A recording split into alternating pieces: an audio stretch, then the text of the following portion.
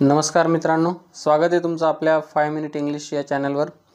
तर आज आपण बघूया रोजच्या इंग्रजी संभाषणातील 24 वाक्य। म्हणजे आपण दिवसभरात भरपूर वाक्य बोलत असतो, तर त्याच्यापैकी 24 वाक्य आपण रोजच अशा पद्धतीचे वाक्य मित्रांनो सराव करू। त्यातला हा आजपासूनचा हा पहिला भाग आहे। याच्या नंतरचे भाग आपण कंटिन्यू घेत राहू मित्रांनो। तर पहिला आहे तो आता अभ्यास करत आहे। He is studying now. He is studying now. हे तुम्ही he is doing study now असं पण म्हणू शकता मित्रांनो। जर study हे वर्ब घेतलं तरी चालेल आणि do हे वर्ब घेतलं तरी चालेल मित्रांनो। तर याच्यामध्ये हे जे स्टडिंग आहे मित्रांनो, हे वर्ब आलेला आहे आणि जेव्हा आपण असं म्हणू ही इज डूइंग स्टडी, तर तो जो स्टडी शब्द येईल फक्त डूइंग स्टडी, तर हा नाउन म्हणून येईल मित्रांनो। हे नाउन म्हणून येईल आणि हे स्टडिंग जे या वाक्यामध्ये आलेलं आहे हे वर्ब म्हणून आलेलं आहे। तर याच्यामध्ये वर्ब कधी कधी व नाउन पण बनून येत असतं मित्रांनो वाक्यामध्ये। हे पण आपण या वाक्यामध्ये पाहिलं। तू केव्हा आला? तू केव्हा आला? When did you come? When did you come? When did you come? चहा घेशील का? Will you take tea? Will you take tea? एक कप चहा घेशील का? Will you take a cup of tea? थोडासा चहा घेशील का? Will you take a little tea? अशा पद्धतीने आपण म्हणू शकतो। आता नको विचारू। Don't ask now. Don't ask now. टेबलाजवळ आहे। Is near the table. Is near the table. जसं की मोबाईल टेबलाजवळ आहे। Mobile is near the table. मित्रांनो याचा प्रश्न पण होऊ शकतो, टेबलाजवळ आहे का? तर तुम्ही इज नियर द टेबल जेव्हा इथं का लागेल, टेबलाजवळ आहे का, तर त्याच वेळेला सेम वाक्य प्रश्न पण होऊ शकतं मित्रांनो। मी तिच्याबद्दल बोलतोय। I am talking about her. I am talking about हर।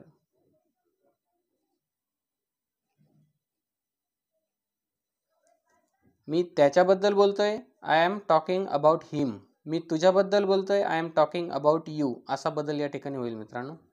पुढचं, मी विचारायला पाहिजे। I should ask. I should ask. मी करायला पाहिजे। I should do. मी खायला पाहिजे। I should eat. मी जायला पाहिजे। I should go. पुढचं आहे मित्रांनो, श्री पाटील कुठे आहेत? Where is Mister Patil? Where is Mister Patil? मी आत्ता आलो। आय केम नाव। मी आत्ता आलो। आय केम नाव। तू मला केव्हाही भेटू शकतो। You can meet me any time. You can meet me any time.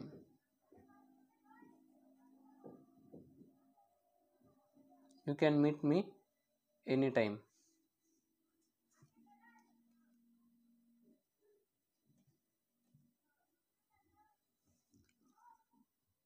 तू मला कुठेही भेटू शकतो असं असल्यावर you can meet me anywhere. तू मला शाळेजवळ भेटू शकतो। You can meet me at school. तू मला हां पुढचं, मी मोरगावचा आहे. I belong from Morgaon. I belong from Morgaon.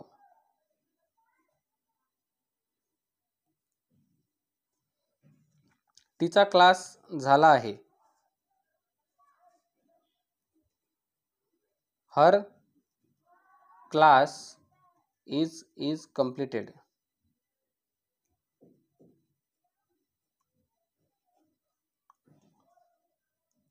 Her class is completed म्हणजे तिचा कुठला तरी क्लास झाला आहे या संदर्भात आपण बोलतोय, म्हणून हर क्लास इज completed. जर तिचा ट्युशनचा क्लास झाला आहे असं आपल्याला म्हणायचं असेल तर हर क्लास इज ओव्हर असं म्हणू शकतो आपण. तिने कोर्स पूर्ण केला आहे. या ठिकाणी she has completed the course. तिने कोर्स पूर्ण केला आहे. या ठिकाणी शी हॅज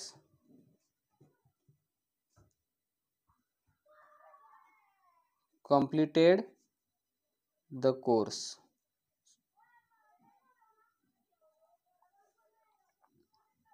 तू खरंच नशीबवान आहे. You are really lucky. You are really lucky. You are really lucky.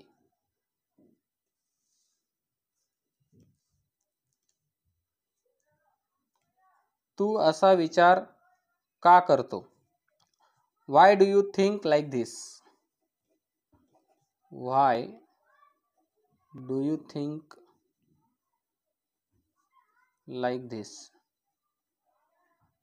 बघा मित्रांनो, आपण आधीच्या व्हिडिओमध्ये पाहिलेलं आहे की यू थिंक तू विचार करतो, डू यू थिंक तू विचार करतो का, आणि मग व्हाय डू यू थिंक तू का विचार करतो, आणि तू असा का विचार करतो, तर असासाठी like this. Why do you think like this. तू त्याचा का विचार करतो. Why do you think of his. तू त्याचा का विचार करतो. ठीक आहे. तो तुझ्या घरी येत आहे. He is coming to you. आता बघा, तो तुझ्याकडे येत आहे, तो तुझ्या घरी येत आहे असं म्हणत असताना he is coming to you, पण या ठिकाणी तुझ्या घरी आहे म्हणून जर घराचा उल्लेख करायचा असेल तर आपण करू शकतो मित्रांनो. म्हणजेच तुझ्याकडे येत आहे, तुझ्या घरी येत आहे, किंवा ही is coming at your home असं पण आपण म्हणू शकतो. विविध प्रकारे आपण म्हणू शकतो. फक्त आपला उद्देश आहे मित्रांनो की त्या अर्थाचं आपल्याला इंग्रजीचं संभाषण आलं पाहिजे. उद्या सकाळी लवकर उठ. Wake up early in the morning tomorrow. Wake up early in the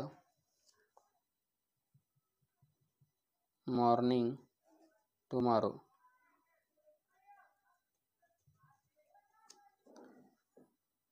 तुझे हात खराब आहेत.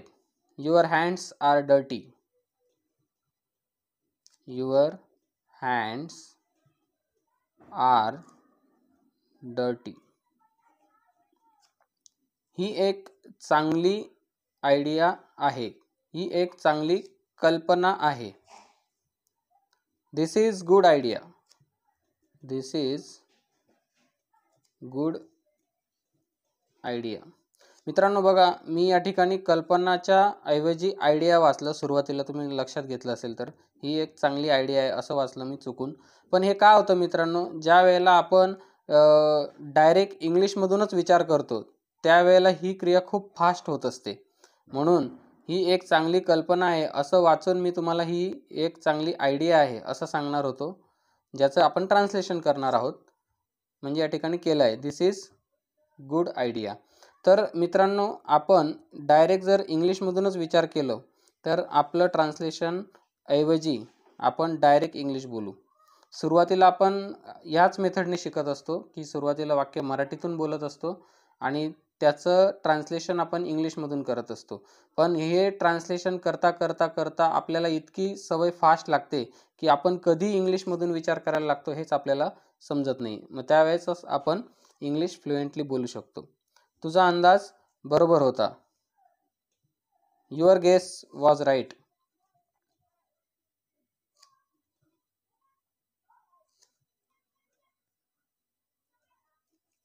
Your guess was right. Your guess was right.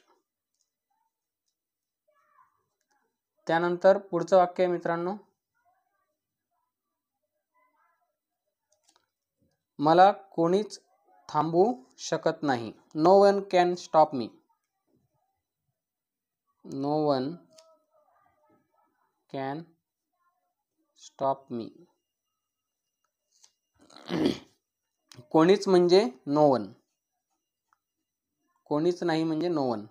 मला कोणीच थांबवू शकत नाही. कोणीच नाही, नो वन. कॅन शकत, स्टॉप थांबू आणि मला साठी मी. तुम्ही खूप दयाळू आहात. You are very kind. You are very kind. काय आश्चर्य. What a surprise. What a surprise. हे उद्गारवाचक वाक्य आहे मित्रांनो. What a surprise. तुझे हात किती घाण आहेत किंवा खराब आहेत. How dirty your hands are. How dirty your hands are. आपण मगाशी एक वाक्य बघितलं की तुझे हात खराब आहेत. युअर हँड्स आर डर्टी या ठिकाणी, आणि हे त्याच वाक्याचं उद्गारार्थी वाक्य मित्रांनो. तुझे हात किती घाण आहेत किंवा किती खराब आहेत. How dirty your hands are. तर मित्रांनो आपण 24 तासामध्ये किमान इतके 24 वाक्य आपण बोलले पाहिजेत मित्रांनो, तरच आपलं इंग्लिश लवकर इम्प्रूव्हमेंट त्याच्यामध्ये येईल मित्रांनो, स्पोकन इंग्लिशमध्ये. तर अशा पद्धतीने आपण दररोज हे 24 वाक्य जे आहेत, आजचे हे जे 24 वाक्य आहेत, हे आपण जास्तीत जास्त इकडचे मराठीत तर आपण बोलतोच, पण हे जे आहेत इंग्लिशमधले वाक्य हे जास्तीत जास्त आपण बोलण्याचा मित्रांनो याचा सराव केला पाहिजे. किंबहुना हे सगळे वाक्य आपण जर बोलून पाठ पण केले तरी चालणार आहेत, कारण हे वाक्य बोलण्याची वेळ आपल्याला रोजच येत असते. आपण रोजच दैनंदिन संवादामध्ये कोणते वाक्य बोलू शकू याचा काही अंदाज नाही, परंतु 24 तासात 24 वाक्य आपण बोललं पाहिजे. एवढा एक आपण एम जर ठेवलं मित्रांनो, तर आपली इंग्लिशमध्ये जी काही इम्प्रूव्हमेंट आहे ती खूप लवकर होईल. तर आशा करतो आजच्या भागामध्ये तुम्हाला चांगल्या पद्धतीने समजलं असेल. धन्यवाद.